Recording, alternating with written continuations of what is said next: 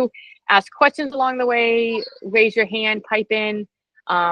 Mikey hasn't laid down for his nap yet, so you might hear him in the background. He might come running across. And in the videos, you'll see him because we just did them earlier today. So as you guys probably know by this point, I'm a big advocate of strength training in general, but especially for runners. So it can help with, we'll go over not only injury resilience, performance, etc. So heavy resistance training, especially explosive and plyometrics training, performed 2 to 3 times a week, has been shown to positively affect running performance in distance runners. So in case you needed someone other than myself saying it, there's been a lot of training that, or not a lot of research that heavy resistance training, so lifting heavy, and then also adding plyometric training, which is going to be jumping type training in, is going to help with your performance. And we'll go over this more, but it's twofold. It's helping build that injury resilience so you can string together consistency, and then also just being stronger, more powerful. You can recover faster and run faster in that sense. So really important to do it. And we'll go over kind of some of the misconceptions that come with it, and some of the biggest mistakes that I see. So just talked about this briefly, but benefits of strength training: improves recovery time. So because you're building the resilience of those muscles, you're building the strength in those muscles, your workouts don't take as much away, and so you're able to recover quicker. Your muscles are just they're able to take that the stimulus from the workouts that we do and recover and be ready to go again when we add that strength training, when we increase that tolerance of those tissues. So it helps build injury resilience. And I think many of you guys have heard me talk about this, that when runners get hurt, it's an imbalance of capacity and load. So let's say like the capacity, let's use like Jen's patella tendon is right here, capacity is here. So between workouts, long runs, consistently running, etc., we've done something to push that load higher than the capacity. And that's when we start to feel aches and pains. So what we want to do is we want to keep the capacity here because that's how we get better. We get that consistency together. We don't have to go nuts with it with a super high volume, but we don't want to necessarily bring the capacity down, but we want to bring this tolerance up. So to bring that tolerance up, one way is to do strength training and increase the strength of those tissues so we can increase the tolerance, and then the capacity is here, and then we don't have those aches and pains pop up. So in theory, we get ahead of this, that if we're doing our strength training, we're targeting muscles that can consistently pop up as aches and pains and things. And that's where I come into play, that the amount of runners I see in my office and have experience with over the years of patella tendons, Achilles tendons, IT bands, plantar fascia type stuff. These are super, super common niggles and injuries that pop up with runners. And so if we can get on top of them on the front end, build up that tolerance in, then the capacity, build up the capacity so then it, build up the tolerance so then the capacity stays lower. So we're building that strength. So there's also been some research that the strength training, especially heavy resistance training, can improve. Oh my gosh, I didn't share this with you. Hold on. I was wondering why I was looking over here.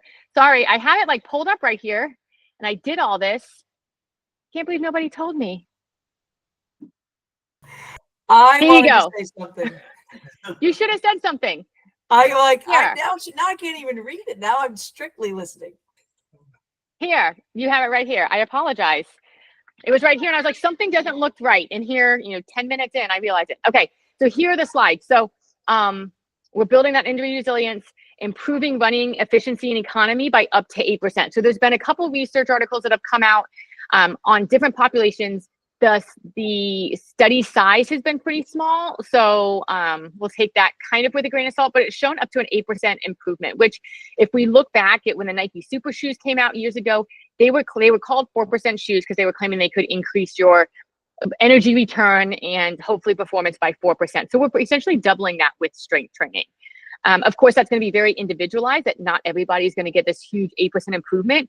But to me, if you give me a 1% improvement, I am thrilled. And you'll likely get more than that because it enables you to string together consistency, not get hurt. And we'll go over even your ability to recoil quicker. So essentially, if you're stronger when you land, we'll use the calves as an example, those calves are able to push off quicker instead of landing on the ground, having to stabilize your foot and then pushing off and wasting energy. So if we can, with plyometrics, get that push off, even that ground reaction time lower, that push off quicker, then we're going to improve performance that way. that ties into improving overall performance.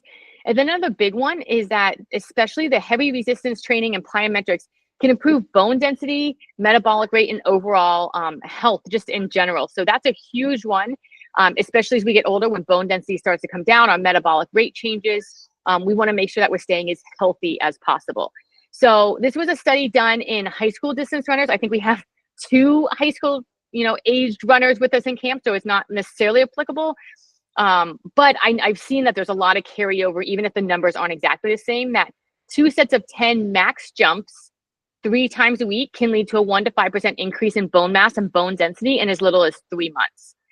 So with this, I will say an asterisk of, you don't want to go tomorrow and do 2 sets of 10 max jumps and add this in all at once if your body is not used to it.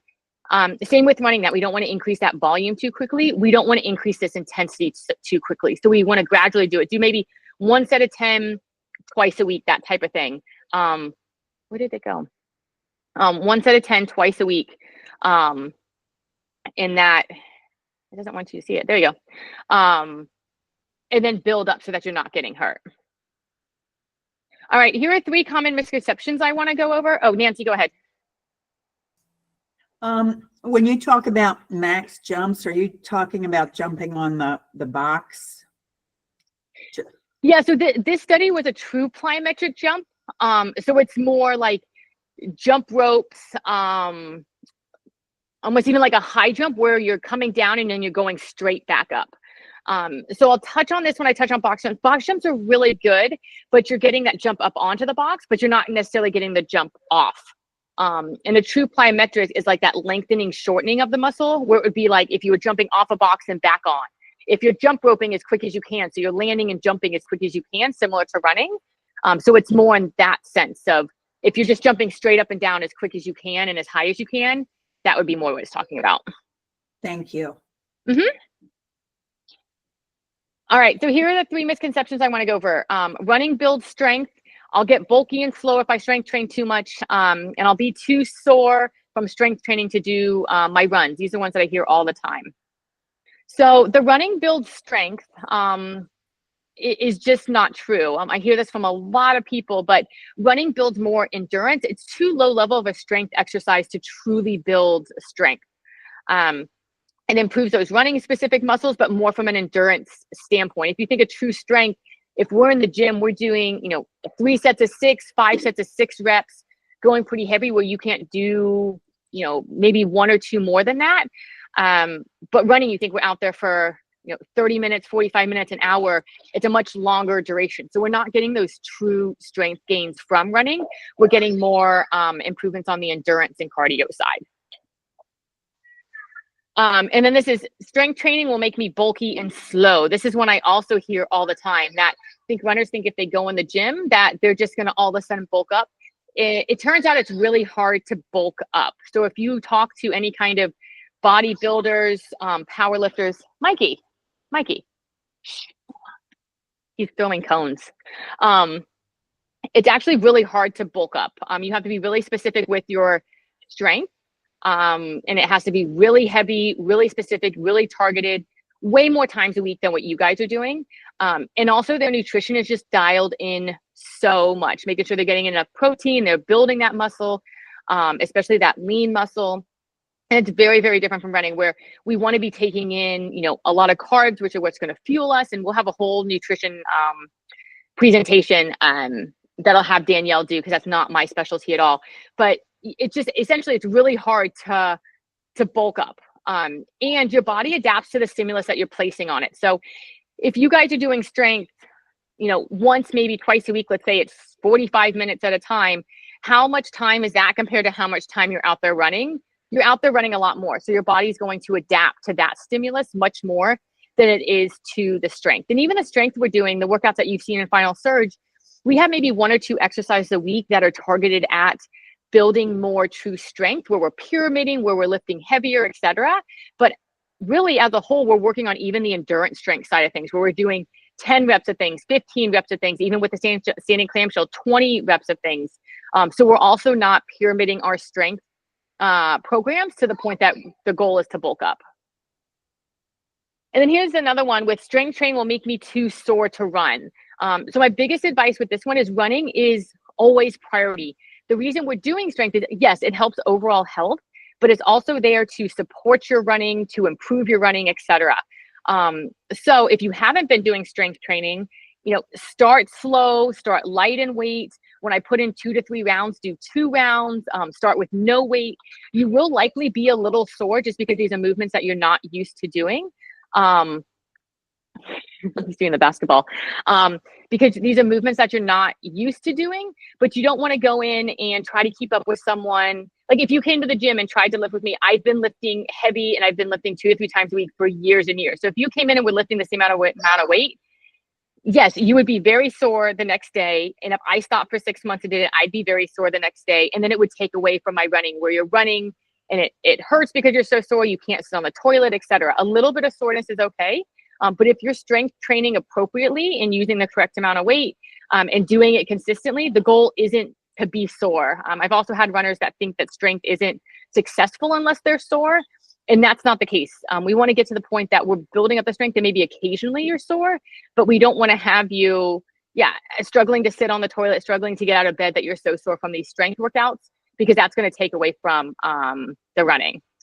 And I can't remember if I touched on this later in here, but also when you're programming the strength workouts, and this is why I typically for the spring camp, I put it on Wednesday, that even when you are looking at programming your week, the running portion is priority. So for spring camp, those Tuesday workouts, for Run Like a Girl Camp, those Wednesday workouts, and then the Sunday long run, those are your 2 really quality run days of the week.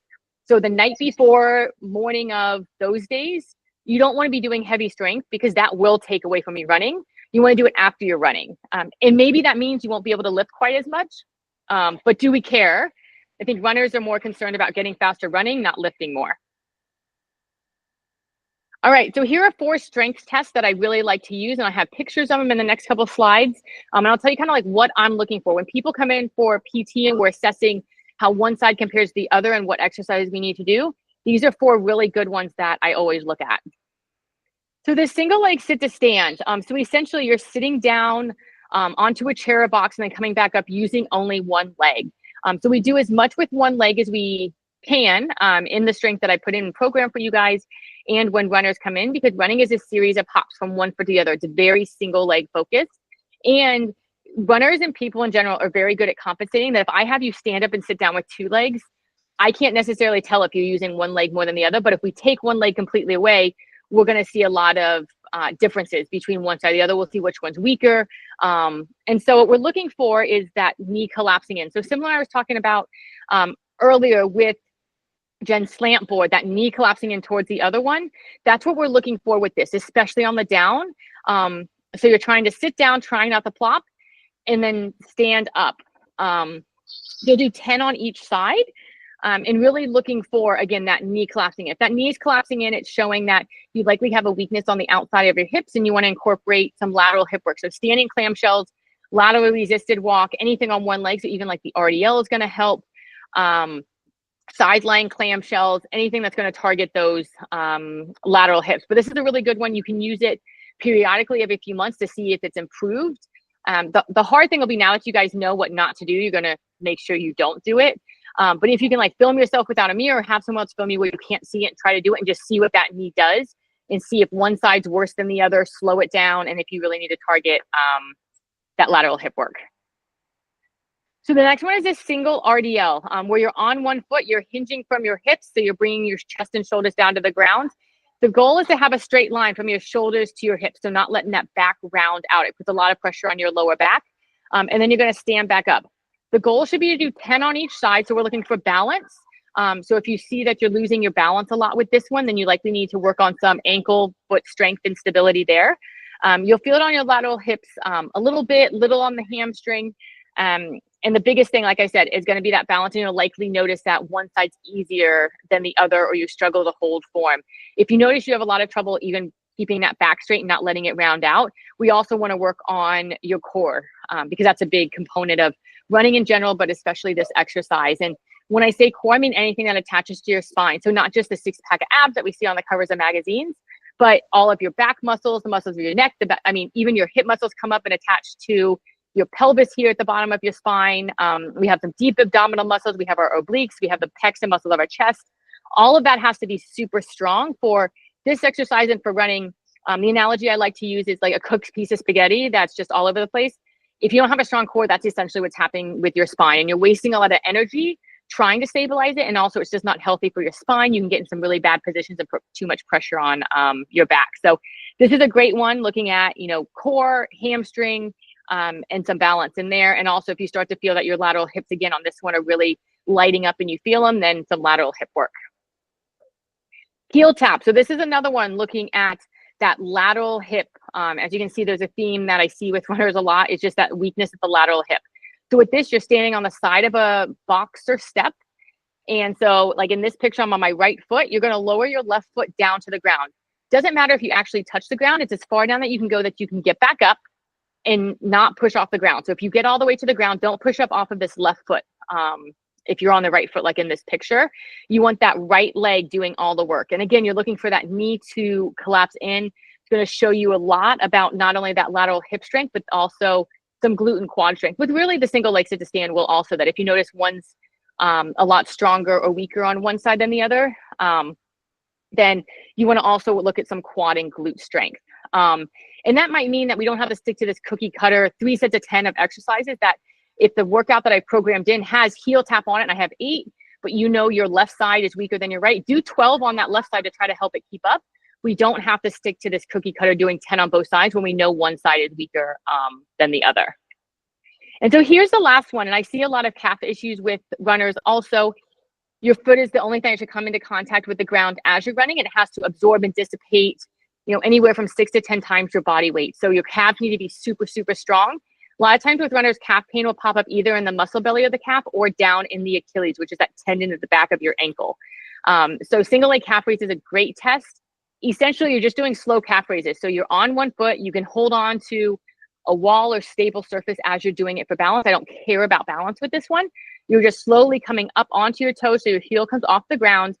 Driving through that big toe is the biggest thing you want to look for at this one, and then slowly coming down. Taking about a second or two to come up, hold for maybe a second or two coming down. You want to be able to do 20 of these, which when you say like, oh, I can definitely do 20 calf raises. If you're doing them really slowly and intentionally and driving through that big toe, I think your calves are really going to light up. And so the goal should be able to do 20 of these with minimal effort. You're still probably going to feel it, depending on if you're fatigued from running and training, etc.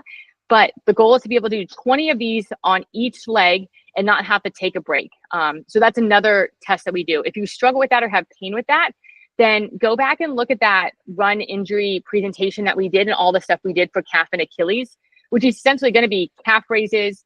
The lateral resisted walk on your toes will help because you're up on your toes, a weighted toe walk. Anything that's going to activate that calf and Achilles is really going to help if you struggle with this one and need to improve the strength. All right, so a little bit of plyometrics and then we'll wrap things up. So plyometrics, as I've said kind of before, a great addition to our strength program for runners. We do want to incorporate them slowly so that we don't go from doing none of them to doing a ton of them, so that nobody gets hurt, they're crazy sore the next day, etc. And like I explained to Nancy a little bit, a true plyometric is where you're getting that lengthening, shortening cycle. So if you're standing on a box, you're jumping off and back onto another box as quickly as you can. Jump rope is a great one. A broad jump, if you're not stopping in the middle, you kind of just keep going. Like a triple jump, if you watch the Olympics, that's like a plyometric. So they're bounding from one to the other as quickly as they can. But we want to start with the first part of that plyometric, which would be like a box jump, where we're doing part of the movement. We're getting that explosive power. We're just not getting that lengthening, shortening cycle. And that's really our goal with plyometrics, is we're taking that strength that we have from doing all of our strength exercises. We're turning it into power, which is something that we can use with running. As we jump from one foot to the other, it's low level, but we want to turn that strength into power. We don't want to be slow on our feet and have that really increased ground reaction time. So I've kind of gone over this. It can improve running economy. You can recruit more muscle fibers through doing plyometrics, helps improve bone health. It can change your bones, so your bones can adapt to it, which can lead to that increased bone density. Increase your tolerance to ground reaction forces. So that's what I'm talking about, where it's one foot to the other. I know some watches do it. There's different foot pods that do it, where you can see what your ground reaction force is, or you can see like left leg versus right leg. We really ideally want that to be 50-50. And that's measuring that ground reaction time, how long your foot is on the ground with each step that you're running. Improve tendon elasticity and stiffness. So Achilles tendon, like when you're running, that's what's going to help push off. So the more elastic and stiff, that we're going to be able to decrease that ground reaction time. So as soon as we land, we can go again.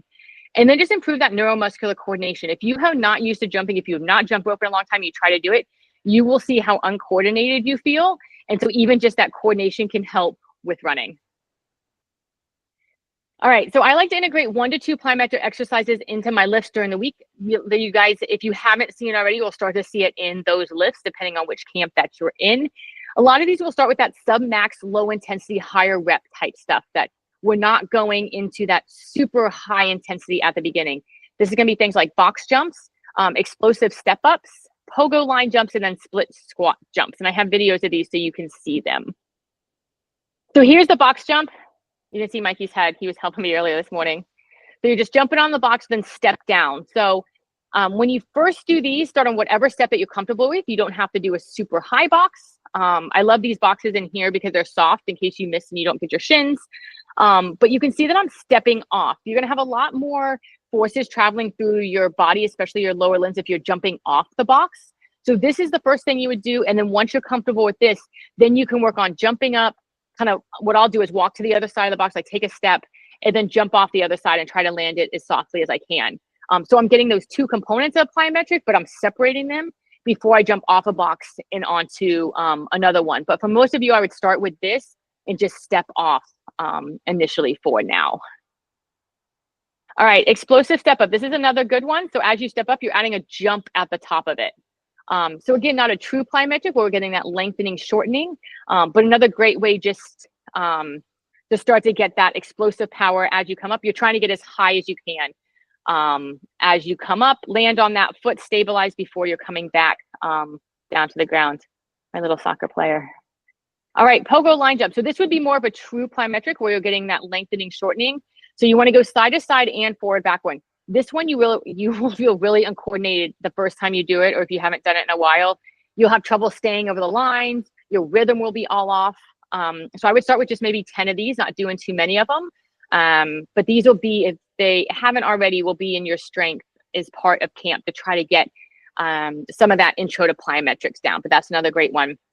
And then here's another split squat with jump. So this is combining that split squat we did earlier with the jump at the top. We could turn this into a true plyometric if as soon as we landed, we came back up. But again, this is just the phase 1 where we're starting to turn that strength into power before we turn it into a true plyometric type exercise. So your back leg stays on the box the whole time. A mirror can be really beneficial with this one and make sure that foot that's in front of you that I'm jumping on, that knee stays straight, that foot stays straight. All right, real quick, some common strength training mistakes that I see. One is that runners aren't lifting a weight that's specific to the demands of running and progressing their lift each week. So I'll see a lot of runners that will go to the gym and they'll do like leg lifts, knee extension, hamstring curls, and those are all great, but they're all on machines and they're all double legs. So if you're going to go on the leg press, like I think the leg press is an amazing piece of equipment. I use it every time I go to Planet Fitness. But sometimes I'll do single leg, sometimes I'll do double leg. You can do half calf raises off the bottom. Same thing with even like the knee extension and hamstring curls. Do it with one leg. And so you can see those strength differences even on a machine. But then do things off of the machine, like the single leg sit to stand, where then you're having to stabilize, the machine isn't stabilizing for you. So making it, changing it to the demands of running, which you guys want to all get better at. And then progressing the intensity. I'll also hear runners that, I go to the gym and I do the same 6 lifts at the same weight every week. Your body adapts to the stimulus that you're placing on it. And just like you wouldn't go and train for a marathon by doing 3-mile runs 3 days a week and never changing the intensity or the workout at all, that's not going to prepare you for the demands of a 26.2-mile race. So even with strength, you want to be changing it. You want to be increasing that intensity. And whether that's like we're doing with some of the programming of like 10-8-6. So I need to explain this because I've had a couple questions too. And the strength training that I program for you guys, if you see 3 rounds and it says like 10-8-6 split squat, that means you're going to do 10 reps the first round. And let's say that's with no weight. Then you'll go do the other exercises. Then you'll do 8 reps the second round and maybe you'll add 5 pounds. And then you'll do the other exercises. And then the third round, you'll do 6 reps and then you'll do the other exercise. And that might be at 10 pounds. So the reps are going to come down and the weight's going to come up. And so that's another way that we can change the intensity of the lifts. You could also do, if you're doing 3 rounds, you're creating your own program, you're doing 3 rounds of 8, and let's say we want to focus on goblet squats. That one week you do 8, the next week you do 6, and that weight's coming up. So you want to change the weight that you're using and the amount of reps that you're doing, so that your body, like I said, it's going to adapt to the stimulus you place. If you keep placing the same stimulus on it, it's only going to get so much better. It's not going to continue to get stronger.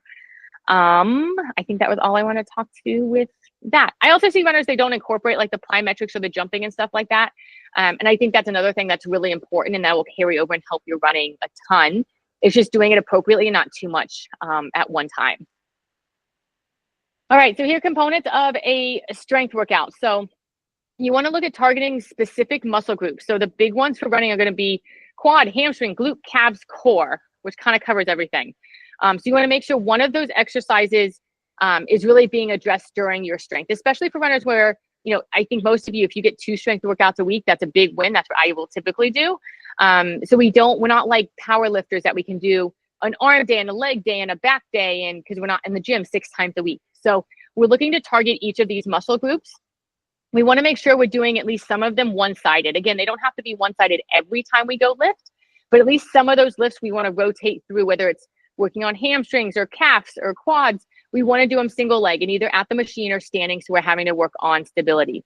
Starting to incorporate some plyometrics like the exercises that we just went over, changing and adding resistance between lifts. And so not always increasing your goblet squat, but looking at how can I increase hamstring strength, calf strength, glute strength, core strength, etc. So playing with those number of reps and weight. You can also change the tempo of your lift. So if we'll use the leg press because it's so easy an example that if you're doing an exercise of leg lift, you can do it double leg, you can do it single leg, you could do like 3 rounds of only 4, but having it take 10 seconds for you to lower, your body towards your feet, and then 10 seconds to then get out of that. So just changing the tempo can make it a lot more difficult. If we're doing standing clamshell, you can hold it out to the side for 10 seconds. Maybe we'll only do 8 of them, but you're holding it for 10 seconds. We can do them slow. We can do them fast. So kind of think of that as you're doing different lifts of how can I make this slower or faster, and not going nuts. Like don't go to the squat machine and start trying to do like squats as fast as you can with a bar on your back. That makes 0 sense. But doing them nice and slow, going to a squat rack and trying to have it 10 seconds where you're squatting down, then 10 seconds coming up, you'll have to have a lot lighter weight than if you were doing it at like a very even pace. All right, so I put some examples of strength workouts in here. You guys have, these might even be workouts that were from Final Surge that you guys have done before. You guys have seen all these, but they bring in the different muscle groups. You have a little bit of that plyometric action in there. And you see that you have changing reps in here. So we're building the strength that way. All right, I will end with finding time to strength train can be hard, but asking your body to handle 2 to 3 times your body weight with every step is even harder. We can't completely prevent injuries as runners, unfortunately. It's just a very repetitive sport. It's hard on the body. Injuries are going to happen at some point, but we can prevent them and build that injury resilience as much as we can. And knock on wood, I always like to use myself as an example because I practice what I preach and I have for years. I'm lucky that I enjoy strength training. I really love being in the gym. It helps that I work in the office here and I have the opportunity to, jump in and do exercises between patients and between appointments. But I had plantar fasciitis in college where I tore my plantar fascia. And other than that, knock on wood, I haven't had anything. Like I've had little niggles, like I've had like my patella tendon flare up, and then for a couple of weeks I do the single leg slant forward. Right now my Achilles is kind of like feels tight and on and off, so I'm doing some really heavy calf raises and stuff, but nothing that is like taking me out of running that I've had to take an extended period of time off. And so that's another reason I'm a big believer in the strength training, that if you do it, and something's better than nothing. If you can get 20 minutes in twice a week, that's better than doing nothing. So just get something in a couple days a week, and I promise you it will pay off. And if it's not, you won't see those performance drops necessarily right away where, oh, I just had a 20-second PR, but you start to realize, when was the last time that I got hurt? When was the last time I had an ache or pain pop up? And then you also learn what you can do for those when they start to pop up. Like Jen, with your patella tendon, you'll know if in 2 years it happens again, oh, I need to do my single leg slant forward squats and I'll be okay and I don't have to stop running. So I highly, highly encourage you guys, whether it's the strength that I put in, you create your own program, you have a trainer, etc. Finding something that works for you to get strength training in a couple days a week is hugely beneficial for your running and for general health. All right, the logistics of the week with the different camps. We have our spring training camp. We're at the Housing Loop tomorrow. We have mile repeats at threshold pace with only 1 minute in between. So you are going to want to be really on sticking to threshold pace. If you go too fast, this workout's not going to be fun by the end with only a minute rest. So stick to threshold pace. If you're running threshold, you will be able to get through this workout. You will be fine with the 1 minute easy, but don't get cocky the first couple reps because the workout will come to get you by the end. After those miles, we're going to do the 30 seconds fast. So I put no paces in for this 30 seconds fast. It's just quick getting after it. You get a minute easy in between. It's just getting that neuromuscular turnover over your legs, getting the legs moving after they've been in tempo pace. I don't care what the speed of that is, focusing on good form, leaning, driving the arms, contracting the core, all the good things. It is honey stinger gel night, so everybody will get I don't know if it's raspberry, it's in a pink thing, I should have looked. Whatever the pink flavor, the honey stinger gels are, you guys will get one of those samples tomorrow night. And then long run, we're Sunday, 6 a.m. Cocoa Village. There is an art fair going on at Cocoa Village. So please allow maybe 5 minutes to find parking. That Lee Warner Park is still closed, but there's plenty of street parking. You just might have to walk a little further than you're used to. The art fair doesn't start until 10, so we should be totally fine. But just making you guys aware that there is an art fair going on at Cocoa Village this weekend, and we'll meet in front of the bathrooms. But the bathrooms 50-50 whether they will be open. I also want to talk real briefly on Pacers, and this actually applies to both camps. I just want to reiterate, one, thanking the Pacers for being out there. They're out there volunteering to help you guys do your workouts. And the Pacers are there as a training tool for you. You don't have to stay with the Pacer. The Pacers are looking at the group collectively and what's best for the group. Sometimes they'll be running the middle of the group depending on how many people in the group show up. So use them as a training tool. If you're a little in front of them, you're a little behind them based on how you're feeling, based on how your personal paces are, that's totally fine. You don't have to stay with them. They also aren't there to personally pace you, unfortunately. I wish I could have 20 more Pacers, but getting 10 Pacers is quite a feat out there for the spring camp. So just use them as a training tool. Again, that if you fall behind and then you catch up, that's fine. If you're feeling good or your training pace is a little quicker, you can run right in front of them and then regroup. But for both camps, so really there's a training tool, and make sure you thank them because I think they're doing just an absolutely amazing job in both camps. So Run Like a Girl camp, you guys are Wednesday, of course, at 6 p.m. You are at Vieira Coles this week. You have a fun time-based workout. So you're going to do 3 minutes at threshold pace, 1 minute easy, 30 seconds at repetition pace, 1 minute easy, 30 seconds of repetition pace, and then you get 3 minutes easy before the next round. And you have 4 rounds of that. So that'll be a really fun workout on the path out there. It's Kachava night for you guys. You guys will get now I don't remember if it's vanilla or chocolate, but you'll get your Kachava sample out there. And then Coach Manny has also set up for you guys to go to Big Peach Running afterwards. And you can shop there, have a little bit of a discount for you guys when you get done the workout. And then your long run is also Sunday at Cocoa Village. You'll just start at 7 a.m. All right, and then do you guys have any questions? Strength related, running related, camp related. Go ahead, Nancy. Okay, mine's not related to strength or anything, but Okay. I'm wondering about running and working out if you're sick. I, for whatever reason, tend to get a lot of sinus and cold and chest congestion stuff. What do you say about that? Yeah, so it's a fine line. I would say no intensity when you're feeling that. What tends to happen is it tends to linger longer if we do a lot of intensity or we do anything too long, that our body's already fighting off whatever you're fighting off, that we don't want to add intensity in there and make it harder for it to fight off. I've been very stubborn and done that multiple times. And instead of being sick for 2 days, I'm sick for like 7. When if I just took a couple days easier or a day off, I probably would have been fine. So I would say if you're up and about, you don't have a fever, it's not all in your, your head, you don't feel like you lay around, you're not vomiting, that type of thing. Going out for an easy run can be really nice just to clear, everything, to get out of the house. I say get out in the sun, and it's raining today. But I do think moving can help. It's just keeping the intensity really low and then even bringing the duration down a little bit so we can just make sure that you're sick for a much shorter period of time.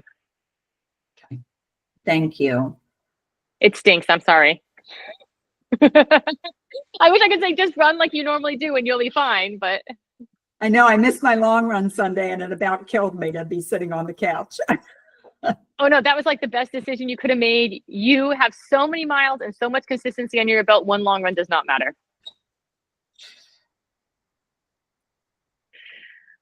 All right, Jen. It's Rick. It's Rick's question. She made me do it. Rick, come on. I'm splitting hairs over the 30 seconds okay. of rest that you're not giving Yes. us. So between the 4x1 miles, I got 1:30 rest between sets. You guys down for a minute? Which one are we doing? We'll do the 1:30 because that's what I already programmed in, and that's going to be really hard for me to go into everybody before tomorrow. So you guys get an extra 30 seconds that I wrote Awesome. down. Let's take another 30%. I'll take it. There you go. Sweet, thank you. You're welcome. Now I know in the email that I send out later that I'll write 1:32 so I don't get people asking the same question. So thank you. Yes, Jody.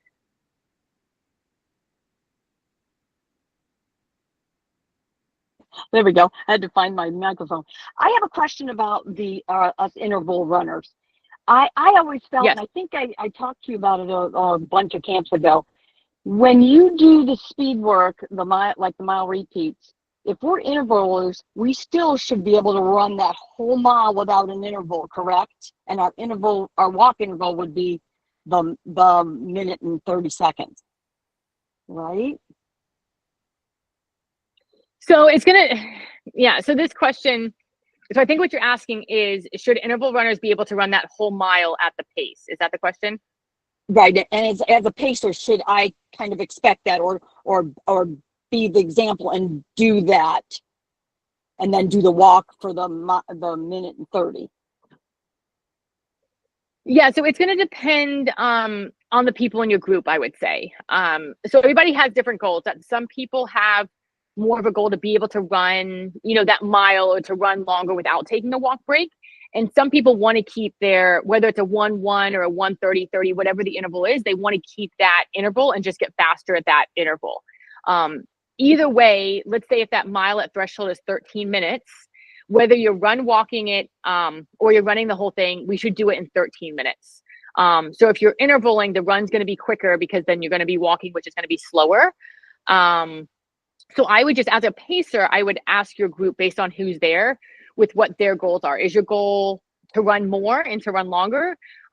Which personally, I would like to encourage everybody to do, because I think a lot of people can run further than they think they can. But then there are a handful of people that want to just get better at interval running, and that's fine too. That's their goal. So I would just ask your group when you're out there with what everybody wants to do and what they're comfortable with.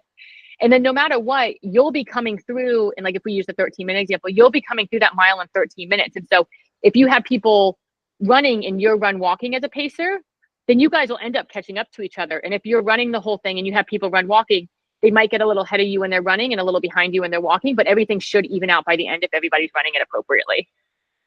Great. Thank you so much. Yeah, you're welcome. That's a good question, because that's like that added dynamics of the interval running. All right, Tom, do you have a question? Yeah, well, corollary to that question, if I run the mile interval a little bit faster, then do I get a longer break waiting for the rest of the people? Well, if you're waiting for your group, then technically you would, but the goal of the workout is to do it at threshold pace. If your threshold pace is a little faster than the group, then you might get a little bit more of a rest at when you guys are all regrouping, but it really shouldn't be more than a few seconds. So I wouldn't encourage you to run them as fast as you can so you get more break in between, because it's still not going to be enough for you to recover if you're running them too fast. Right. Okay. Yeah. Pacing myself because it's 4 of them. That's a lot. Yes. The second question is will you be in future coffee with Caitlin, coffee with Coach, will you be talking about running form and also about cadence? Yep. So we'll be talking about running form in a couple. And then there's a heart rate variability I'm going to talk about. We're going to have Danielle talk about nutrition.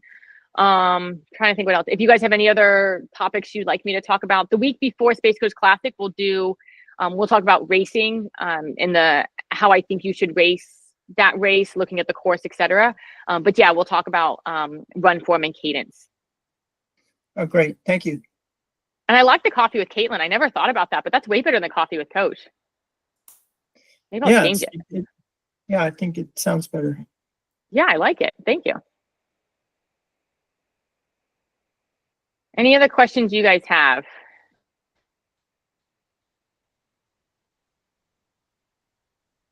All right, well, I'll hang on for another minute or so if anybody has questions. Otherwise, I'll see most of you guys tomorrow night. If not, I'll see everybody out there on Sunday doing the long run. Thank you. Thanks.